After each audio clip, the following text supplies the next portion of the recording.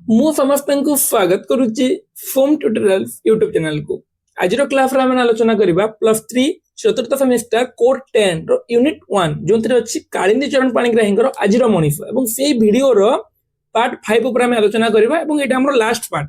ତ ପୂର୍ବରୁ ଆମେ ଆଜିର ମଣିଷ ସମ୍ପର୍କରେ ଆଲୋଚନା କରି ଆସୁଛେ, ଯେଉଁଥିରେ କି ମୁଁ କହିଥିଲି ଯେ ପ୍ରୌଢ ଶିକ୍ଷାର ସେ ଯେଉଁ ପ୍ରଚଳନ ପାଇଁ ये जो उपन्यास रचना कराई बोली कि आम अनेक गुड़े प्रसंग आलोचना कर सारी आउ टिके अच्छी एटा फाड़ीदेला तुमको स्टार्ट रु एंड जाए कौन कौन रही आउ थे तुमको मुझे कहीदेवी। तो आम देखी जो खबर पाई निज पिलांठारू से जिनिस निज पिलांठारू खबर पाई दिवाकर से गाँव को फेरी आसवा चाहती त्रिदेव खंड रही नीरज ठारू खबर पाइला उफा प्ररोचन गाँव को फेरी दिवाकर अनेक वर्ष पर से घर को आसी सावित्री मुंड और हाथ में बैंडेज बंधा हो दुई पुओ दिवाकर को चिन्ह पार ना कहीं देखी न था ना खाली शुणी था। अवश्य दिवाकर को फ्री पंच चिन्ह पार टिप्पणी करी तुम्हें कलिकतार 5 होई कोठाबाड़ी रे रहिल हेले तुम गाँ घरे जो तांफा चली गाँव रहा मुस्किल हो गलानी। दिवाकर गाँव में आउ कि लोक गौरी और सावित्री विरुद्ध आक्षेप शुणिले। वास्तविक एम झील बोह मान पाठ पढ़ा को सही पार नी कि दांड को बाहर काम करने को पसंद कर दिवाकर चाहते जो मान उन्नति लगी से निजर समय संपत्ति उजाड़ी देते से ही माने गौरी और सावित्री कुफा रटना कर समाज सेवा कार्य दिने तांकर अति प्रिय सहकर्मी थे नरहरि। दुहे पिलादिन बंधु एकाठी बसवा हसवा खाइबा शोइबार दुहे केते दिन केते राति कटै। सावित्री दिवाकर और नरहरि को एकाठी केते थर खाइबा देइछंती। दिवाकर भाई नथिबारु नरहरि को सावित्री दियर भली चर्चा करुथिले। पुणी दिवाकर और सावित्री मध्य कौन कारण अपड़ हेले नरहरि निजे ताको समाधान करुथिले। जेतेबेले दिवाकर घर छाड़ी प्रवास रहिले सावित्री को दियर भली नरहरि साहाय्य करि आसिथिले। पुणी श्रीपंचर करज टंका सुझी न पारिबारु नरहरिंकर घर कोरख डिग्री परवाना आसीला बेले गौरी और सावित्री लगी पड़ी किसी टंका जोगाड़ करते अदालत को पियन ताहा देई कोरख को टाली देइथिले। पुणी नरहरिर स्त्री प्रसूति रोग में पड़ता बेले गौरी और सावित्री सहयोग से मरण मोर रक्षा पाई। एवं से ही नरहरि गाँव प्रभावशाली श्रीपंच को खुशी करने लगी गौरी और सावित्री आक्रमण करते। सब जाना दिवाकर मन प्रश्न उठी मनुष्यर गति तेज कुआड़े एभली अमानवीय आचरण कौन जीवन व्यर्थता विरोध में लड़वा ही जीवन बोली से विचार कर जगह से कहते गाँव को फेरी जानते जो नरहरि परिवार सबकि करते से आज आक्रमण करते। कलिकता को आसी सावित्री चिकित्सा सावित्री को कलिकता आनी दिवाकर। चिकित्सा पर सावित्री पूर्वावस्था को फेरी आसिले नुआ जगार मन हालुका लगुए। दुई पुओं को साथी नहीं कलिकतार चारिआडे बुलिले। तेबे दिवाकर अनुभव करिसेंती सावित्री शरीर जखम भल हो गले हे मनर जखम ताजा रही थाए। से जखमर मूल कारण थिले उफा। अनेक थर दिवाकर चाहती सावित्री को उफा विषय सबकि कहीदेवाकू हेले सावित्री सब कथा को बेखातिर भाव में उड़े दियंती। तेणु दिवाकर साहस कर किछि कहि पारंतिनी। अल्प किछि मास हेब सावित्री गाँ को जीवाकू बाहरी गाँव में एथर नुआ प्रणाली फसल और पनीपरिया करने को योजना करिसेंती। गत वर्ष आखु कोबी कंखारु आलू पियाज चाष कर किभली भल मुनाफा होता ताहाकू से दिवाकर को बखाणी। तेबे दिवाकर चिड़ियाखाना बुलिला बेले सावित्री को पाखरे बसाई कहिसेंती तुमको मो सकाशे कलिकतार रहिबाकू तो मु कहूनी कहूची पुओ मानक पई कलिकतार रहिबा तांकर भविष्य तो आमे सिना देखिबा नहले आउ किए। हेले सावित्री मृदु भर्सना करी कहितिले केबे सिना मोर तुम पई लोड़ा थिला ए क्षणी मो ओलोड़ा। सावित्री को एबेली भर्सना दिवाकर विरक्त होइजंती। से भाबिसंती सावित्री आद्य बदली नाहंती। सब कथा को पछ करी से तार विपद गाँ को जाई साहाय्य करथिले। कलिकता आनी चिकित्सा कराइथिले। या सत्वे सावित्री पूर्व भली आक्षेप करबा छाड़ू नाहंती। दुहींक मध्य पुणी जुक्तितर्क लागि रहिछि।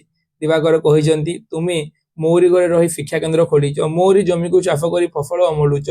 जहाँ सावित्री कहिसंती खाली तुम घर बिलबाड़ी बुझुन तुम पुओ जोड़ा को पालुची एबे तुम से पालिबारे तांकर आपत्ति एबे तुमे से पालिबारे तांकर आपत्ति नाही। दिवाकर आक्षेप करी कहिसंती तुमे गौरी संगे रही जो प्रगति करूच से तो गाँ गंडार चारिआड को व्यापी जाइए। जवाब सावित्री कहते तुम्हें कलिकता रही जो प्रगति कलनी से कथा लुचा छपा रोनी। तो ये जिन कहले दिवाकर को मैंने दिवाकर कहले तुम्हें गौरी संगे मिसी गाँव में जो प्रगति कर जो उन्नति करुच से जिन सबुआड़ व्यापुचे। तो सावित्री कहले कि तुम्हें भी कलिकता रही जो प्रगति करुच से कथा क्या कौन कहला से टिके पे से कहले कि तुम्हें कलिकता रही जो प्रगति करुच से जिन कौन सबुआड़े व्यापुनी ଏଥିରେ ରାଗି ଦିବାକର କହିଛନ୍ତି ଆରମ୍ଭରୁ ଗୌରୀ ହିଁ ତୁମର ଆଦର୍ଶ ରହି ଆସିଥିଲେ, ଦୈବାତ ଖାଲି ମୋ ପାତିରେ ଯାହା ତୁମର ହାତ ଗଣ୍ଠି ପଡ଼ିଲା, ହେଲେ ଇଚ୍ଛା ତୁମର ଗୌରୀ ଭଳି ରହିବାକୁ। ବିବାହଟା ତୁମ ଆଖିରେ ଏକ ଆଦିମ ଯୁଗର ପଚା ଅନୁଷ୍ଠାନ। ଗୌରୀ ତୁହିଁଙ୍କ ଭଳି ତୁମେ ବି ବୋଧ ହୁଏ ଖୋଜୁଥିଲ ଜଣେ ସଙ୍ଗୀ। ଏହା ଆଜିକାଲି ଏକ ନୂଆ ଫ୍ୟାସନ ହୋଇଛି। ତେବେ ଦୁହିଁଙ୍କ ମଧ୍ୟରେ ଯୁକ୍ତତର୍କ ଚାଲିଛି, ତାଙ୍କ ଭିତରେ ଯୁକ୍ତତର୍କ ସରିନି। ଶେଷରେ ସାବିତ୍ରୀକୁ ଗାଁରେ ଆଣି ଛାଡ଼ିଛନ୍ତି ଦିବାକର। ଏହି ସମୟରେ ଗାଁକୁ ଫେରି ଆସିବାକୁ ଦିବାକରଙ୍କୁ କହିଛି ଗୌରୀ। ଏହି ସମୟରେ ଗାଁକୁ ଫେରି ଆସିବାକୁ ଦିବାକରଙ୍କୁ କହିଛି ଗୌରୀ। ଉଷା ଏବଂ ଗୌରୀଙ୍କର ଭେଟ ଚତୁର୍ଦଶ ଖଣ୍ଡରେ ରହିଛି। କଲିକତାର ରୂପବଜାର ଗଳିରେ ରିକ୍ସାରେ ଯାଇ ଉଷାର ଉଆଁସରେ ପହଞ୍ଚିଛନ୍ତି ଗୌରୀ। ସାବିତ୍ରୀ ଦିବାକରଙ୍କ ଅଗୋଚରରେ ଉଷା ନିକଟକୁ ଆସିଛନ୍ତି ଗୌରୀ। ଯେ ଜିନିଷ ସାବିତ୍ରୀ ଆଉ ଦିବାକର ଏ ଜିନିଷ ଜାଣି ନାହାନ୍ତି ଏବଂ ଗୌରୀ ଆସିଛନ୍ତି ଉଷା ନିକଟକୁ। ହଠାତ୍ ଗୌରୀଙ୍କୁ ଦେଖି ଚମକି ପଡ଼ିଛି ଉଷା। ଆଦରର ଗୌରୀଦେବୀଙ୍କୁ ନମସ୍କାର ଜଣାଇଛି ଉଷା। ଗୌରୀ ଧୀରେ ଧୀରେ ଉଷା ନିକଟକୁ ଆସିବାରୁ ସେ ଅପରାଧୀଙ୍କ ଭଳି ପଛକୁ ପଛକୁ ଘୁଞ୍ଚି ଯାଉଛି। ଗୌରୀଙ୍କୁ ଛୁଇଁବାର ସାହସ ନଥିଲା ଉଷାର, ହେଲେ ଗୌରୀ ତାକୁ କୁଣ୍ଢେଇ ପକାଇଛି। କାହିଁକି ଉଷା? ଏ ଥାନଟା କ'ଣ ଦୁନିଆ ଭିତରୁ ବାହାର କିଲୋ? ମୁଁ ତୋର ସବୁ କଥା ଶୁଣିଛି। ଏଥର ଉଷାର ଆଖିରୁ ଲୋତକର ଧାର ଛୁଟି ଆସିଛି ଏବଂ କହିଛି, ମୋତେ କ'ଣ ତୁମେ କ୍ଷମା କରିଦେଇ ପାରିଛ ଗୌରୀ? ବାସ୍ତବିକ ଉଷା କାଠ ପଥର ନୁହେଁ, ସେ ମଣିଷ। ତେଣୁ ଗୌରୀର ଆଲିଙ୍ଗନ ମଧ୍ୟରେ ସେ ପିଲାଙ୍କ ଭଳି କଇଁ କଇଁ ହୋଇ କାନ୍ଦିଛି। ସେ ଭାବିଥିଲା ଜଣେ ଶିକ୍ଷିତ ଝିଅ ଭାବେ ଗୌରୀ ଦେଇ ତାଙ୍କୁ ଘୃଣା କରିବେ, ସେ ଯେହେତୁ ସେଇ ରୂପଜୀବୀ ଦେହଜୀବୀ। କିନ୍ତୁ ଓଲଟା ହେଇଛି। ଏଥର ଗୌରୀ ଚୌକିରେ ବସି ପଡ଼ି ଉଷାକୁ ପାଖରେ ଡାକି ବସାଇଛନ୍ତି। ଏହାପରେ ଦୁହେଁ ଶୈଶବର ସ୍ମୃତିକୁ ରୋମନ୍ଥନ କରିଛନ୍ତି। ଉଷା କିଭଳି ଜ୍ୱାଇଁ ଘର ବାଡ଼ିରେ କଇଁଆ ଗଛରେ ଚଢ଼ି ତୋଳେ, ସାବିତ୍ରୀ ଓ ଗୌରୀ କିଭଳି ଜଗି କରି ରହିଥାନ୍ତି, ସାବିତ୍ରୀ କିଭଳି ଦୌଡ଼ି ନ ପାରି ଧରା ପଡ଼େ, ଉଷା କିଭଳି ଆମ୍ବ ବରକୋଳି ଆଣିଦିଏ, ଆଦି ସେମାନେ ମନେ ପକାଇଛନ୍ତି। ଏହି ସମୟରେ ଗୌରୀ କହିଛନ୍ତି, ଆଜି ମୁଁ ତୁମ ପାଖକୁ ଗୋଟେ ଜିନିଷ ମାଗିବାକୁ ଆସିଛି। ଏହା ଶୁଣି ଉଷା କହିଛି, ତୁମକୁ ଦେଲା ଭଳି କୌଣସି ଜିନିଷ ମୋ ପାଖରେ ନାହିଁ। କାରଣ ତାଙ୍କର ଜୀବନ ସବୁଠୁ ହିନିମାନି, ତେଣୁ କ'ଣ ବା ସେ ଦେଇପାରିବେ? ତେବେ ଗୌରୀ କହିଛନ୍ତି, ମୁଁ ଯାହା ମାଗିବାକୁ ତୁମକୁ ଆସିଛି। ଗୌରୀ କାହାକୁ ମାଗିବାକୁ ଆସିଛି? ଉଷାକୁ। ମୁଁ ଯାହା ମାଗିବାକୁ ଆସିଛି ତୁ ହିଁ ଦେଇପାରିବୁ, ତୋ ଛଡ଼ା ଆଉ କେହି ଦେଇପାରିବେନି। ତୋ ପାଖରୁ ଦିବାକର ବାବୁଙ୍କୁ ଫେରାଇ ନେବାକୁ ଆସିଛି ମୁଁ ଆସିଛି। ଗୌରୀ ଆସିଛନ୍ତି ଉଷା କ'ଣ କହିବାକୁ?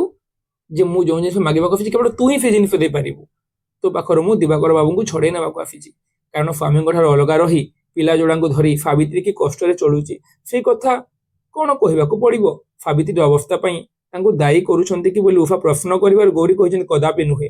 ତେବେ ଏହି ଅବସ୍ଥାକୁ ବଦଳେଇ ଦେବାର ଚାବି ଅଛି ତୋ ହାତରେ। ମୁଁ ତୋତେ ଦାୟୀ କରୁନି, କିନ୍ତୁ ତୋ ହାତରେ ଚାବି ଅଛି। ତୁ ଦିବାକରଙ୍କୁ ଫେରେଇ ଦେ। ଉଷା କହିଛି, ଦିବାକର ବାବୁଙ୍କୁ ସେ କଲିକତାକୁ ଆଣିନଥିଲେ। ତା ଛଡ଼ା ଗାଁକୁ ଫେରିଯିବାକୁ ସେ ଅନେକ ଥର ଦିବାକର ବାବୁଙ୍କୁ କହିଛନ୍ତି। ଏବେ କଲିକତାର ହିନ୍ଦୁ ମୁସଲମାନ ଦଙ୍ଗା ଚାଲିଥିବାରୁ ଗୌରୀ ଦେଇ କିଭଳି ଆସିପାରିଲେ ବୋଲି ଉଷା ଚିନ୍ତା ପ୍ରକଟ କରିଛନ୍ତି। ତେବେ ଗୌରୀ କହିଛନ୍ତି, ତେବେ କ'ଣ ତୋର ଗୌରୀ ଦେଇକୁ ଦେଖିଛୁ? ସେ ତାର କାମ ହାସଲ କରି ନ କରି ଫେରିଯିବାର ଆଉ କେବେ ହେଲେ ଜାଣିଛୁ କି? ଗୌରୀ ଯେବେ ଯାହା ଉଷାକୁ ମାଗିବ ସେ ତାକୁ ନ ଦେଇ ଫେରେଇ ଦେଇ ପାରିବ? ଏହାପରେ ଉଷା ଘରେ ଗୌରୀ ଖାଇଛନ୍ତି। ତ ସେ କଥା ବର୍ଣ୍ଣନା କରାଯାଇଛି। ସେ ଆସିଛନ୍ତି ମାଗିବାକୁ ସାବିତ୍ରୀର ଜୀବନ ତାକୁ ଫେରେଇ ଦେ ଉଷା ବୋଲିକି, ଦିବାକରକୁ ଛାଡ଼ିଦେ ବୋଲିକି। ତାପରେ ଉଷାଙ୍କର ତ୍ୟାଗ, ବମ୍ବେ ଗମନ 15 ଖଣ୍ଡେ ରହିଛି। ଗାଁରୁ କଲିକତାକୁ ଫେରି ଆସିଛନ୍ତି। ଗାଁରୁ ଫେରି କଲିକତା ଦିବାକର ସେ ଉଷାର ଉଆଁସକୁ ଯିବା ବେଳେ କଲିକତା ଦଙ୍ଗା ବେଳେ ତାଙ୍କର ବିଶ୍ୱସ୍ତ ଚାକର ଅଇଁଠା ଓର ଏଟମକୁ କେତେକ ଦଙ୍ଗାକାରୀ ଫୁଟପାଥରେ ହତ୍ୟା କରିଦେବାର ସେ ଜାଣିବାକୁ ପାଇଲେ। ଦିବାକର ସେଦିନ ଉଷାଙ୍କୁ ଭେଟିଲେ, ହେଲେ ଗୌରୀ ଦେଇ ଆସିଥିବାର ଖବର ଉଷା ଜଣାଇ ନଥିଲେ। ଏହା ବଦଳରେ ବମ୍ବେ ପଳାଉଥିବାର ଖବର ଦେଇଥିଲେ ଉଷା। ବମ୍ବେର ଏକ ବଡ଼ ସିନେମା କମ୍ପାନୀ ସହିତ ଉଷାର ଚୁକ୍ତି ହେଇଛି। ଦିନେ ଏଭଳି ଏକ ଚୁକ୍ତି ଉଷା ଚିରି ଫିଙ୍ଗି ଦେଇଥିବା ଦିବାକର ଦେଖିଛନ୍ତି। ହେଲେ ଆଜି ଆଉ ଏକ କମ୍ପାନୀ ସହ ଚୁକ୍ତି କରି ଆସନ୍ତାକାଲି ବମ୍ବେ ଯିବାକୁ ବାହାରିଛନ୍ତି ଉଷା, ଆଉ କଲିକତା ଫେରିବେନି ବୋଲି ଜଣାଇଛନ୍ତି। ଏହା ଶୁଣି ଦିବାକରଙ୍କର ମୁଣ୍ଡ ଗୋଲମାଲ ହେଇଛି। ସେ କ'ଣ କରିବେ ବୋଲି ଦିବାକର ପ୍ରଶ୍ନ କରିବାରୁ ଗାଁକୁ ଫେରିଯିବାକୁ ଉଷା ବୁଝେଇଛନ୍ତି। ଯେ ଏଇ ଜିନିଷରେ ଯେତେବେଳେ ଗୌରୀ ଆସିକି କହିଛି ଦିବାକରକୁ ଫେରିଦେ ବୋଲିକି, ତାହେଲେ ଉଷା କହିଛନ୍ତି ଦିବାକରଙ୍କୁ ଯେ ମୁଁ ବମ୍ବେ ଚାଲିଯିବି, ତୁମେ ତୁମ ଗାଁକୁ ଫେରିଯାଅ ବୋଲିକି। ଏହାପରେ ହାଓଡ଼ା ଷ୍ଟେସନରେ ଉଷାଙ୍କୁ ବମ୍ବେ ମେଳରେ ବସେଇଛନ୍ତି। ସେ ମଧ୍ୟ ଗାଁକୁ ଫେରିଯିବା ଲାଗି ପୁରୀ ଏକ୍ସପ୍ରେସରେ ଟିକଟ କାଟିଛନ୍ତି। ଏହି ସମୟରେ ଟ୍ରେନ୍ ଛାଡ଼ିବାର ଘଣ୍ଟି ଶୁଭିଲା। ଦିବାକର ଭାବୁଥିଲେ, ଉଷା ଆଜି ମୋ ବାହାଘରର ଶେଷ କଉଡ଼ି ଖେଳଟା ଖେଲେଇ ଦେଇ ସବୁଦିନ ପାଇଁ ବିଦାୟ ନେଇଛି। ବାସ୍ତବିକ ସାବିତ୍ରୀ ପାଇଁ ଦିବାକରଙ୍କୁ ତ୍ୟାଗ କରି ପଳେଇଛି ଉଷା। ଯେ ସାବିତ୍ରୀ ପାଇଁ ହିଁ ଦିବାକରଙ୍କୁ ଛାଡ଼ିକି ଉଷା ପଳେଇଛି। ଦ୍ୱନ୍ଦ୍ୱରେ ଦିବାକର ଗାଁକୁ ଫେରି ଆସିଛନ୍ତି। ଦିବାକର ଏଥିରେ ବେଶୀ ଖୁସି ଗୌରୀ। କଲିକତାରୁ ସବୁ କାମ ତୁଟାଇ ଆସିଛନ୍ତି କି ବୋଲି ପ୍ରଶ୍ନ କରିଥିଲେ ଗୌରୀ। ଗାଁରେ କି କାମ ବୋଲି ଭାବୁଥିଲା ବେଳେ ଦିବାକର ଦେଖିଛନ୍ତି କିଭଳି ଭଳି କାମ ଚାଲିଛି ଗାଁରେ। ନିରକ୍ଷରଙ୍କୁ ସାକ୍ଷର କରିବା, ଶସ୍ୟ ଗୋଳାର ହିସାବ ରଖିବା, ସୂତା କାଟିବା ଠାରୁ ଲୁଗା ବୁଣିବା, ଗାଈ, ମଇଁଷି, ଛେଲି, କୁକୁଡ଼ା, ଏଣ୍ଡି ପୋକ ମହୁମାଛି ପାଳିବା କାମ ଏ ସବୁ ହେଉଛି ଗୋଟେ ପୌଢ ଶିକ୍ଷା ପିଲାମାନେ ଯୋଉଟା କି ଶ୍ରେଣୀ ବାହାରେ ମଧ୍ୟ ଯେଉଁମାନେ ପାଠ ନ ପଢିଛନ୍ତି ତାଙ୍କୁ ଯେଉଁ ଶିକ୍ଷା ଦିଆଯାଏ ତାକୁ ଆମେ କହିଯାଉ ଯେ ପ୍ରୌଢ ଶିକ୍ଷା ବୋଲିକି। ଗୌରୀଙ୍କ ମାର୍ଗଦର୍ଶନରେ ଏ ସବୁ କାମ ଗାଁର ଝିଅ ବୋହୂ ମାନେ କରୁଛନ୍ତି। ବାସ୍ତବରେ ଗୌରୀ ଏବଂ ସାବିତ୍ରୀକୁ ଆକ୍ରମଣ କରାଯିବା ପରେ ଏହାର ଜବାବ ଦେବା ପାଇଁ ବୋଧେ ଝିଅ ବୋହୂମାନେ ଅଧିକ ଉତ୍ସାହର ସହିତ କାମ କରୁଛନ୍ତି। ସାବିତ୍ରୀ ମଧ୍ୟ ସମସ୍ତ କାମ ବୁଝିବା ସହ ଦିବାକରଙ୍କ ପାଇଁ ତାଙ୍କର କର୍ତ୍ତବ୍ୟ ତୁଳାଉଛନ୍ତି। ତାଙ୍କ ଘରେ ଏଭଳି ଆଶ୍ରମ ପରିବେଶ ଦିବାକରଙ୍କୁ ଅଜବ ଲାଗୁଥାଏ। ତଥାପି ଗାଁରେ ଦିବାକରଙ୍କୁ ଖାପଛଡ଼ା ଭଳି ଲାଗୁଥାଏ। କଣ କରିବେ ସେ ନେଇ ଦ୍ୱନ୍ଦ୍ୱରେ ଥାନ୍ତି।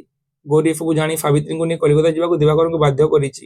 ସେତେବେଳେ କଲିକତାରେ ଦଙ୍ଗା ଥମି ଯାଇଥାଏ। ଏସବୁ ଜାଣିକି ଗୌରୀ କଣ କଲା, ତୁମେ ମାନେ ସାବିତ୍ରୀକୁ ନେଇ କଲିକତା ପଳାଅ ବୋଲି ଗୌରୀ କାହାକୁ କହିଲା, ଦିବାକରଙ୍କୁ। ଗୌରୀ କଥାକୁ ଭାଙ୍ଗି ନ ପାରି ଦୁଇ ପିଲାଙ୍କୁ ନେଇ ସାବିତ୍ରୀ ସ୍ୱାମୀ ଦିବାକରଙ୍କ ସହିତ କଲିକତା ଯିବାକୁ ଷ୍ଟେସନରେ ପହଞ୍ଚିଛି। ଅପରପକ୍ଷରେ ଗ୍ରାମ ମଙ୍ଗଳ ବିଭାଗରେ ଚାକିରି ପାଇଁ ଗୌରୀଙ୍କୁ ଡକରା ଆସିଥିବାରୁ ସେ କିଛି ଦିନ ମଧ୍ୟ ସେଠାରୁ ଚାଲିଯିବେ। ତେବେ ଯିବା ପୂର୍ବରୁ ସବୁକିଛି ବନ୍ଦୋବସ୍ତ କରି ଯିବେ ବୋଲି ସାବିତ୍ରୀଙ୍କୁ ଆଶ୍ୱାସନା ଦେଇ ଗୌରୀ ବିଦା ହେଇଥିଲେ। ତେବେ ଗାଁ ଷ୍ଟେସନ ଯାଉଥିଲେ ସାବିତ୍ରୀଙ୍କ ମନରେ ଫରାଗ ନଥିବା ଦିବାକର ଦିବାକର ଭାବିଛନ୍ତି ଯେତେବେଳେ ସେ ସାବିତ୍ରୀକୁ ନେଇକି ଯାଉଛନ୍ତି ତାଙ୍କର କୌଣସି ଇଚ୍ଛା ନଥାଏ ବୋଲିକି। ଗାନ୍ଧିଜୀଙ୍କ ହତ୍ୟା ଏବଂ ପ୍ରାୟଶ୍ଚିତ। ଷ୍ଟେସନରେ ଟ୍ରେନକୁ ଅପେକ୍ଷା କରିଥିବା ବେଳେ ଗୁଲି ଚୋଟରେ ଗାନ୍ଧିଜୀଙ୍କୁ ହତ୍ୟା କରାଯାଇଥିବା ଖବର ରାଷ୍ଟ୍ରବ୍ୟାପୀ ଚହଳ ପକାଇଲା। ଦିବାକରଙ୍କର ମନେ ପଡିଛି, ଗାନ୍ଧୀଙ୍କୁ ମୁଁ ବହୁତ ଦୂରରୁ ଲକ୍ଷ ଲକ୍ଷ ରୁଣ୍ଡ ହୋଇଥିବାର ସଭାରେ ଦେଖିଛି। ଆଜି ସେମିତି ହଜାର କୋଶ ଦୂରରେ ସେ ନିହତ ହୋଇଛନ୍ତି। କିନ୍ତୁ ମରିଯିବା ପରେ ସେ ମୋର ଅତି ନିକଟକୁ ଚାଲି ଆସିଲେ। ଜୀବନ ଯାକ ତାଙ୍କୁ ବୁଝିବାକୁ ଯେତେ ଚେଷ୍ଟା କଲି ସେତିକି ସେ ଅବୋଧ ହୋଇ ପଡୁଥିଲେ। ଆଜି ସେ ଖୁବ୍ ବୁଝିଗଲି ତାହା ନୁହେଁ, କିନ୍ତୁ ମରିବା ପରେ ସେ ଯେମିତି ମୋ ଆଗରେ ଅତି ବାସ୍ତବ ଏବଂ ଜୀବନ୍ତ ପାଲଟିଗଲେ। ଗାନ୍ଧୀଙ୍କ ମୃତ୍ୟୁରେ ସେ କଥା ସେ କହିଛନ୍ତି। ଷ୍ଟେସନରେ ଥାଇ ଗାନ୍ଧୀଜୀଙ୍କୁ ମର୍ମରେ ଉପଲବ୍ଧ କରୁଥିଲେ ଦିବାକର। ଟ୍ରେନ ଆସିବାରୁ ଦିବାକର ଚଢିଲେ, ହେଲେ କଲିକତା ଯିବେ ନାହିଁ ବୋଲି ସାବିତ୍ରୀ ଜିଦ୍ କଲେ। ଫଳରେ ଦିବାକର ମଧ୍ୟ କଲିକତା ନ ଯାଇ ଓହ୍ଲେଇ ପଡିଲେ। ପରଦିନ ଗାଁକୁ ଫେରିଛନ୍ତି। ବାଟଘାଟ ଓ ଗାଁ ଗଣ୍ଡା ସବୁଆଡେ ଗାନ୍ଧୀଜୀଙ୍କ ମୃତ୍ୟୁକୁ ନେଇ ଚର୍ଚ୍ଚା। ସମସ୍ତେ ହତବାକ୍। ଦେଶର ପ୍ରତ୍ୟେକ ଲୋକଙ୍କୁ ମନେ ହୋଇଛି ଯେମିତି ଅତି ଜଣାଶୁଣା ଭାଇ ବନ୍ଧୁ କୁଟୁମ୍ବ ଭିତରୁ କେହି ଜଣେ ଗୁଲି ଖାଇ ପ୍ରାଣ ହରାଇଛନ୍ତି। ଘରେ ପହଞ୍ଚିବା ପରେ ଗୌରୀ କହିଛି, ଜୀବନ ପ୍ରତି ବିପଦ ଥିବା ନେଇ ଗାନ୍ଧିଜୀଙ୍କୁ ସାବଧାନ କରାଯିବା ସତ୍ତ୍ୱେ ସେ ଶୁଣି ନଥିଲେ। ଯିଏ ଜାଣି ଶୁଣି ମରଣ ମୁହଁକୁ ଡେଇଁବ ତାକୁ ଦୁନିଆରେ କିଏ ବା ରଖିପାରିବ? ସାବିତ୍ରୀ ଦୁଃଖରେ କହିଛନ୍ତି, ଗାନ୍ଧିଜୀଙ୍କ ରକ୍ତରେ ବୋଧ ହୁଏ ଭାରତକୁ ତାର ସବୁ ପାପର ପ୍ରାୟଶ୍ଚିତ କରିବାକୁ ହେଲା। ଦେଶ କଣ ତାର ସ୍ୱାଧୀନତାର ନାମ ଦେଲା ଏଇ ଭାବରେ। ଦିବାକର ଘରେ ଅନେକ ଝିଅ ବୋହୂ ଆସି ରୁଣ୍ଡ ହୋଇଥାନ୍ତି। ଦିବାକରଙ୍କୁ ମନେ ହୋଇଛି ସହର, ଗାଁ, ହାଟ, ବାଡ଼ ଚାରିଆଡେ ସମସ୍ତେ ଯେମିତି ହଠାତ୍ ଦେଶଭକ୍ତ ପାଲଟି ଯାଇଛନ୍ତି। ଗାନ୍ଧୀ ଯେମିତି ପ୍ରତି ଘରେ ପ୍ରତି ପରିବାରରେ ସବୁ ବିଳ ବାଡ଼ି ବଗିଚାରେ ନିହତ ହୋଇଯାଇଛନ୍ତି। ଗାନ୍ଧିଜୀଙ୍କ ହତ୍ୟା ଖବର ଦେଶ ତମାମ ସାକ୍ଷର ନିରକ୍ଷର ଧନୀ ଗରିବ ପ୍ରତି ଲୋକଙ୍କୁ ଗଭୀର ମର୍ମାହତ କରିଛି। ଗୌରୀ କହିଛନ୍ତି, ନିଜ ଜୀବନକୁ ଗାନ୍ଧିଜୀ ତିଳ ତିଳ କରି ଅନ୍ୟ ପାଇଁ ଉତ୍ସର୍ଗ କରି ଅନ୍ୟ ପାଇଁ ଦେଶ ପାଇଁ ଉତ୍ସର୍ଗ କରିଥିଲେ। ତେଣୁ ତାଙ୍କୁ ଆମେ ବଞ୍ଚାଇ ରଖିବା କଥା। ହେଲେ ଆମେ ଅବସାନ ଘଟାଇଲୁ। ଏହା ସତ୍ତ୍ୱେ ସେ ଅମର, ତାଙ୍କୁ କେହି ମାରିପାରିବେ ନାହିଁ। ସାବିତ୍ରୀ ଭାବପ୍ରବଣ ହୋଇଯାଇଥିଲେ। ହଁ, ଆମେ ହିଁ ସେଇ ଗାନ୍ଧୀଙ୍କୁ ମାରିଛୁ। এই କଳଙ୍କ ସ୍ୱାଧୀନ ଥିବା ପର୍ଯ୍ୟନ୍ତ ଭାରତବର୍ଷର କପାଳରେ ଲେଖା ହୋଇ ରହିବ। ଖାଲି ଭାରତରେ ନୁହେଁ, ଏହା ମଣିଷ ସମାଜର କଳଙ୍କ। ତେଣୁ ଦିବାକର କହିଛନ୍ତି, ମୁଁ ଏହାକୁ ତ କଳଙ୍କ ଭାବୁନି ସାବିତ୍ରୀ, ଏହା ଯେ ଆମର ଗୌରବର ଟୀକା। ଭାରତ ଯେ ଆଉ କେବେ ହେଲେ ପରାଧୀନ ହେବ ନାହିଁ, ଏହି ଟୀକା ତାର ପ୍ରମାଣ। ଗାନ୍ଧୀ ବଞ୍ଚିଥିବା ପର୍ଯ୍ୟନ୍ତ ଭାରତ କପାଳରେ ଆଉ ପରାଧୀନତା ଲେଖା ହେବ ନାହିଁ। ସେ ଚିରକାଳ ବଞ୍ଚି ରହିବେ ଆମମାନଙ୍କ ପାଇଁ। ଭାରତର ସ୍ୱାଧୀନତା ସେମିତି କାଳ କାଳକୁ ରହିବ। ତାଙ୍କର ହତ୍ୟାର ପ୍ରକୃତ ପ୍ରାୟଶ୍ଚିତ ହେଉଛି ଭାରତର ସ୍ୱାଧୀନତାକୁ ବଞ୍ଚାଇ ରଖିବା। ଏହି ପ୍ରାୟଶ୍ଚିତ ଆମକୁ ହିଁ କରିବାକୁ ପଡିବ, ହଜାର ହଜାର ବର୍ଷ ପର୍ଯ୍ୟନ୍ତ। ବାସ୍ତବିକ ଗାନ୍ଧୀ ଥିଲେ ଏକ ଚେତନା ଯାହା ମଣିଷକୁ ସତ୍ୟ ଏବଂ ଅହିଂସାରେ ପ୍ରେରଣା ଦେଇଥାଏ। ଗୌରୀଙ୍କ ବିଦାୟ। ଗାନ୍ଧିଜୀଙ୍କ ଦୁଃଖଦ ବିୟୋଗ ମଧ୍ୟରେ ଗୌରୀର ନଜର ଦିବାକରଙ୍କ ଉପରେ କେନ୍ଦ୍ରୀଭୂତ ହୋଇଛି। ଏଥିରେ ଦିବାକର ନିଜକୁ ଅପରାଧୀ ବୋଲି ମନେ କରିଛନ୍ତି। ଗୌରୀ ବିଷୟରେ ତାଙ୍କର ଯେଉଁ ସବୁ ଧାରଣା ରହିଥିଲା, ଯେତେ ସବୁ ସନ୍ଦେହ ଅଭିଯୋଗ ରହିଥିଲା, ସେ ସବୁ ଜାଣିପାରିଥିବା ଭଳି ଦିବାକରଙ୍କୁ ମନେ ହେଉଛି। ଏହି ସମୟରେ ନିରଦ ଗୋଟିଏ ରେଜିଷ୍ଟ୍ରି ଚିଠି ଆଣି ଗୌରୀଙ୍କୁ ଦେଇଛି। ସମସ୍ତଙ୍କ ନଜର ଗୌରୀ ଉପରେ। ସାବିତ୍ରୀ ପଚାରିଛନ୍ତି ଚିଠି ଉପରେ। ଗୌରୀ ଅତି ସହଜ ଭଙ୍ଗୀରେ କହିଛି, ସେଇ ଚାକିରିଟା ମିଳିଛି ଗ୍ରାମ ମଙ୍ଗଳ ବିଭାଗରେ, ତାରି ଜରୁରୀ ଡାକରା। ଏହା ଶୁଣି ଜମା ହୋଇଥିବା ଝିଅ ବୋହୂଙ୍କ ମଧ୍ୟରେ ଚହଳ ପଡ଼ିଲା। ତେବେ ଗୌରୀଙ୍କୁ ସମସ୍ତେ ପ୍ରବୋଧନା ଦେଇଛନ୍ତି, ସମସ୍ତଙ୍କୁ କାମ ବୁଝାଇଛନ୍ତି। ଗୌରୀ ସମସ୍ତଙ୍କୁ ବୁଝାଇଛନ୍ତି ତାଙ୍କର କାମ। ଗ୍ରାମ ମଙ୍ଗଳ ବିଭାଗରେ ଚାକିରି ପାଇବାରୁ ସେ ମଝିରେ ମଝିରେ କାମ ତଦାରଖ କରିବାକୁ ଆସିବେ ବୋଲି କହିଛନ୍ତି। ସାବିତ୍ରୀ କାନ୍ଦୁଥିବାରୁ ତାଙ୍କୁ ବୁଝାଇ ଗୌରୀ କହିଥିଲେ, ଇଲୋ ତୁଟା କେତେ କାନ୍ଦୁରେ ମ। ସେଇ ହସ ଭିତରେ ସାବିତ୍ରୀକୁ ବୁଝାଉ ନିଜ ଲୁହକୁ ଚତୁରତାର ସହ ସମ୍ଭାଳି ନେଲେ ଗୌରୀ। ଏହାପରେ ଦିବାକରଙ୍କୁ ଛୋଟିଆ ନମସ୍କାରଟି ଜଣାଇଥିଲେ ଗୌରୀ। ଗୌରୀର ନେଇ ନଜର ତଳେ ଦିବାକର ନିଜକୁ ଜଣେ ଅସହାୟ ଅପରାଧୀ ଭାବେ ବିବେଚନା କରିଛନ୍ତି। ଦିବାକର ଅନୁଭବ କରିଛନ୍ତି, ଗୌରୀ ଯେପରି ତାଙ୍କର ସବୁ ଅପରାଧକୁ ନିଜେ ମୁଣ୍ଡାଇ ନେଇଛନ୍ତି। କେବଳ ତାଙ୍କର ନୁହେଁ, ଦୁନିଆର ସବୁ ଦୋଷ ସବୁ ଅପରାଧ ପାଇଁ ଗୌରୀ ଯେପରି ନିଜକୁ ଦାୟୀ କରିଛନ୍ତି। ଗୌରୀ ଚାଲି ଯାଇଛନ୍ତି। କିନ୍ତୁ ଦିବାକରଙ୍କ ମଧ୍ୟରେ ଏକ ମାନବୀୟ ଯେ ଗୌରୀ ଚାଲିଛନ୍ତି ସେ କର୍ମରେ ନିଯୁକ୍ତି କରି ମାନେ ସେ ଯେଉଁ ଚାକିରି ପାଇଲେ ସେଥିପାଇଁ ଏବଂ ଦିବାକରଙ୍କ ମଧ୍ୟରେ ମାନବୀୟ ଚେତନା ଜାଗ୍ରତ କରିଛନ୍ତି। ଏଭଳି ଏକ ଆହ୍ୱାନିତ ବାର୍ତ୍ତା ପ୍ରଦାନ ଉପନ୍ୟାସର ସମାପ୍ତି କରିଛନ୍ତି। ଉପନ୍ୟାସକୁ ଏଥିରେ ଆମେ ଦେଖିଲା ଯେ ପୌଢର ଶିକ୍ଷାର ବ୍ୟାପ୍ତି ପାଇଁ କିଛି ବି କରାଯାଇପାରେ ଏବଂ ଏଥିରେ ସବୁ ମାନେ ଯେଉଁ ସେ ଅତୀତର ସ୍ମୃତିକୁ ରୋମନ୍ଥନ କରୁଛନ୍ତି କିଏ ଦିବାକର, ସେଇ ଜିନିଷକୁ ହିଁ ଆମେ ଏଇ ଜାଗାରେ ଦେଖିବାକୁ ପାଇଲା। ଏବଂ ଏଥିରେ ଆମେ ଯେତେବେଳେ ଆଲୋଚନା କରିବା ଯେ ଏଥିରେ ମାନେ ଟୋଟାଲ 15ଟି ଖଣ୍ଡରେ ଏଇ ଉପନ୍ୟାସ ବିଭକ୍ତ, 15ଟି ଖଣ୍ଡରେ ଆମେ ଦେଖିଲା ଏବଂ ମାନେ ମୁଁ ତୁମକୁ ପ୍ରଥମରୁ ହିଁ ମାନେ ବେଶୀ କହିବାକୁ ଚାହେଁ ପିଲାମାନେ ଏଥିରେ ଆମେ ଯେତେବେଳେ ଆଲୋଚନା କରୁଥିଲା ଉପନ୍ୟାସିକଙ୍କ ପରିଚୟ ଆଲୋଚନା କରିକି ଅନେକ ଗୁଡେ ମାନେ ଚରିତ୍ର ମଧ୍ୟ ଆମେ ଜାଗାରେ ଦେଖିଲା। ଦିବାକର ଦାସ ଯାହାକୁ ଆମେ ମୁଖ୍ୟ ଚରିତ୍ର ବୋଲି କହୁଛେ, ସାବିତ୍ରୀ ତାଙ୍କର ପତ୍ନୀ, ଗୌରୀ ତାଙ୍କର ବାଲ୍ୟ ବନ୍ଧୁ, ସାବିତ୍ରୀ ଯିଏକି ବାରିକାଣୀର ଝିଅ ଏବଂ ପରେ ଏଇ ଯୋଉ ଉଷା ଯିଏକି ବାରିକାଣୀର ଝିଅ ଏବଂ ପରେ ଉଷାର ସମ୍ବନ୍ଧ ସ୍ଥାପନ ହୋଇଛି ଦିବାକରଙ୍କ ସହିତ, ମଦନ ମୋହନ ଯିଏକି ଗୌରୀର ପିତା ଏବଂ ଆଦର ଶିକ୍ଷକ, ଡାକ୍ତର ବିଦୁଶେଖର ତୁହିନଙ୍କ ପିତା, ବର୍ମାରେ ତାଙ୍କର ମୃତ୍ୟୁ ହୋଇଛି। ତୁହିନ ଯିଏକି ବିଦୁଶେଖରଙ୍କର ବଡ ପୁଅ କିନ୍ତୁ ଆମେରିକାରୁ ଫେରିଲା ବେଳେ ତାର ମୃତ୍ୟୁ ହୋଇଛି, ଯିଏକି ଥିଲା ମାନେ ଗୌରୀର ଭାବି ସ୍ୱାମୀ। ତାପରେ ମିନି ଯିଏକି ବିଦୁଶେଖରଙ୍କର ଝିଅ ହେଉଛି ମିନି। ତାପରେ ଅପରାଜିତା ସାବିତ୍ରୀଙ୍କ ପିଉସୀ ଭଉଣୀ, ଏହାର କମ ବର୍ଣ୍ଣନା ଅଛି। ନୀରଜ ଯିଏକି ଦିବାକରଙ୍କର ପୁଅ, ଶ୍ରୀ ପଞ୍ଚଦାସ ଯିଏକି ଗୋଟେ ଟାଉଟର ଚରିତ୍ର, ନରହରି ଯିଏକି ତାଙ୍କର ବାଲ୍ୟ ବନ୍ଧୁ କିନ୍ତୁ ପରେ ସେ କେମିତି ତାଙ୍କ ପ୍ରତି ବିଶ୍ୱାସଘାତ କରିଥିଲେ, ଦଇତାରୀ, ମଧୁମାଷ୍ଟ ମାନେ ତାଙ୍କ ଗାଁର ସେ ଯୋଉ ଖଳ ଚରିତ୍ର ଗୁଡାକ ଯେଉଁମାନେ ଚାହୁଁନଥିଲେ ଯେ ଶିକ୍ଷା ଦେବା ପାଇଁ, ତ ଏମାନଙ୍କ ଉପରେ ଆମେ ଆଲୋଚନା କଲା। ତାପରେ ଆମେ ଦେଖିଲା ଯେ ସେ ଯୋଉ ଦିବାକର ତାଙ୍କର ଅତୀତର ସ୍ମୃତିକୁ ରୋମନ୍ଥନ କରିଛନ୍ତି। ପ୍ରଥମେ ତାଙ୍କର ମନେ ପଡିଛି ତାଙ୍କର ବିବାହର ସ୍ମୃତି ତାଙ୍କର ମନେ ପଡିଲା ପରେ ଗୌରୀ ଏବଂ ଉଷା କଥା ସେଇ ଜାଗାରେ ବର୍ଣ୍ଣନା କରିଛନ୍ତି। ତାପରେ ଶ୍ୱଶୁର ଘର ଏ ଯୋଉ ନୟାଗଡ଼ ଦଳବେହେରା ବଂଶର କଥା ଆମେ ଆଲୋଚନା କରୁଥିଲା, ସେ ଜିନିଷକୁ ସେ ମନେ ପକାଇଛନ୍ତି। ଗାଁକୁ ବଦଳେଇବାକୁ ଚେଷ୍ଟା କରିଛନ୍ତି ଦିବାକର, କିନ୍ତୁ ସେ ବଦଳେଇ ପାରିନାହାନ୍ତି। ଜୀବିକା ଅର୍ଜନ ପାଇଁ ସେ ଚେଷ୍ଟା କରିଛନ୍ତି କିନ୍ତୁ ସବୁ ପଇସା ତାଙ୍କର ସରିଗଲା ପରେ ମଧ୍ୟ ସେ କୌଣସି କାମରେ ସଫଳ ହୋଇପାରିନାହାନ୍ତି। ତାଙ୍କର ବୈବାହିକ ଜୀବନର ସ୍ୱପ୍ନ ଭଙ୍ଗ ହୋଇଛି। ଦାମ୍ପତ୍ୟ ଜୀବନରେ ସାବିତ୍ରୀଙ୍କ ସହିତ ତାଙ୍କର ଅନବରତ ଭାବରେ କଳହ ଲାଗି ରହିଛି। ତାପରେ ସହରକୁ ଯାଇଛନ୍ତି ଦିବାକର।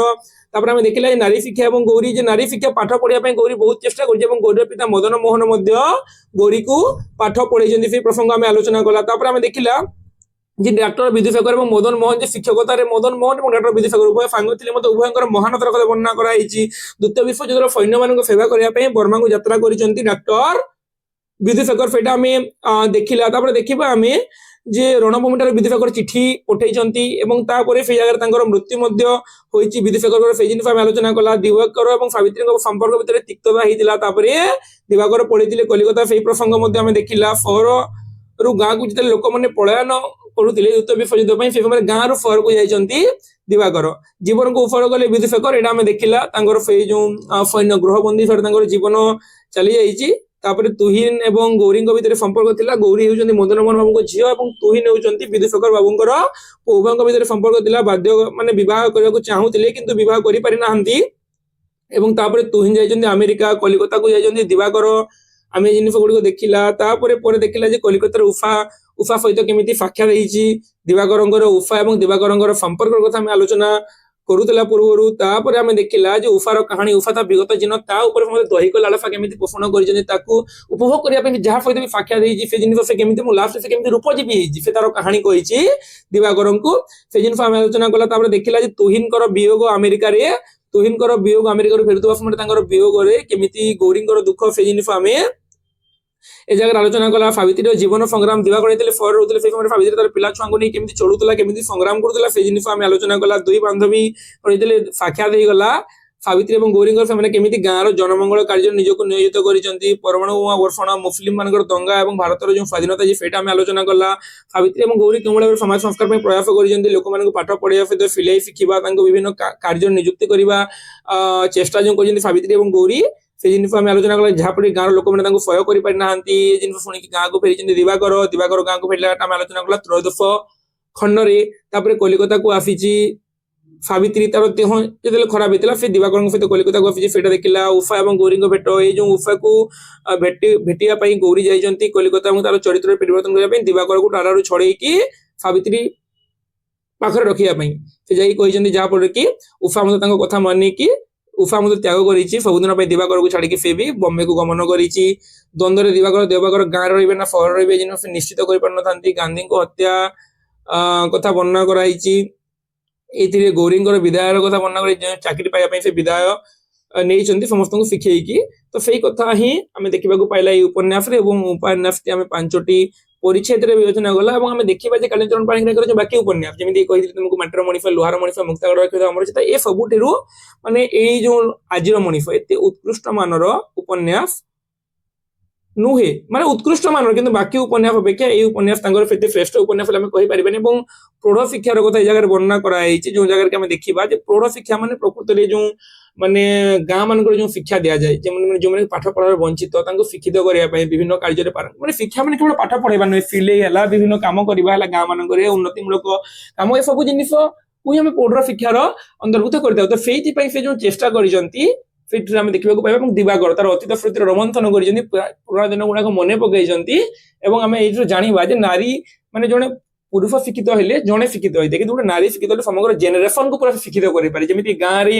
ଏ ଯୋଉ ଗୌରୀ ସମଗ୍ର ଗାଁକୁ ଶିକ୍ଷିତ କରିପାରିଛି ସେ ଜିନିଷ ଆମେ ଆଲୋଚନା କଲା ତ ଆଶା କରୁଛି ଯେ ମାଟିର ମଣିଷ ଉପନ୍ୟାସ ତୁମକୁ ଯୋଉ 5ଟା ପାର୍ଟରେ ମୁଁ ବୁଝେଇଲି ସମସ୍ତେ ବୁଝିପାରିଥିବ ବୋଲିକି ଏବଂ କୌଣସି ଜିନିଷ ଯଦି ତୁମର ଡାଉଟ ରହିଥିବ ଦେନ୍ ତୁମେ ମତେ କମେଣ୍ଟ କରିକି ପଚାରି ପାରିବ ভিডিওটিକୁ ଶେଷ ପର୍ଯ୍ୟନ୍ତ ଦେଖିଥିବାରୁ ସମସ୍ତଙ୍କୁ ହୃଦୟରୁ ଧନ୍ୟବାଦ ଜୟ ଜଗନ୍ନାଥ ଜୟ ମା ସମଲେଇ ପୁଣି ଦେଖା ହେବା ଆମେ ଆଗାମୀ ଭିଡିଓରେ ଏବଂ ସେଇଥିରେ ଆମେ ଆଲୋଚନା କରିବା ଗୋପୀନାଥ ମହାନ୍ତିଙ୍କର ଯୋଉ ଉପନ୍ୟାସ ରହିଛି ଦାଦି ବୁଢା ବୋଲିକି ଯୋଉଥିରେ କି ମୁରାନ ନଈର ଲୁଲା ଗାଁର କଥା ବର୍ଣ୍ଣନା କରାଯାଇଛି ଏବଂ ରାମ ନାୟକର କଥା ଆମେ ଆଲୋଚନା କରିବା ନେକ୍ସଟ କ୍ଲାସରେ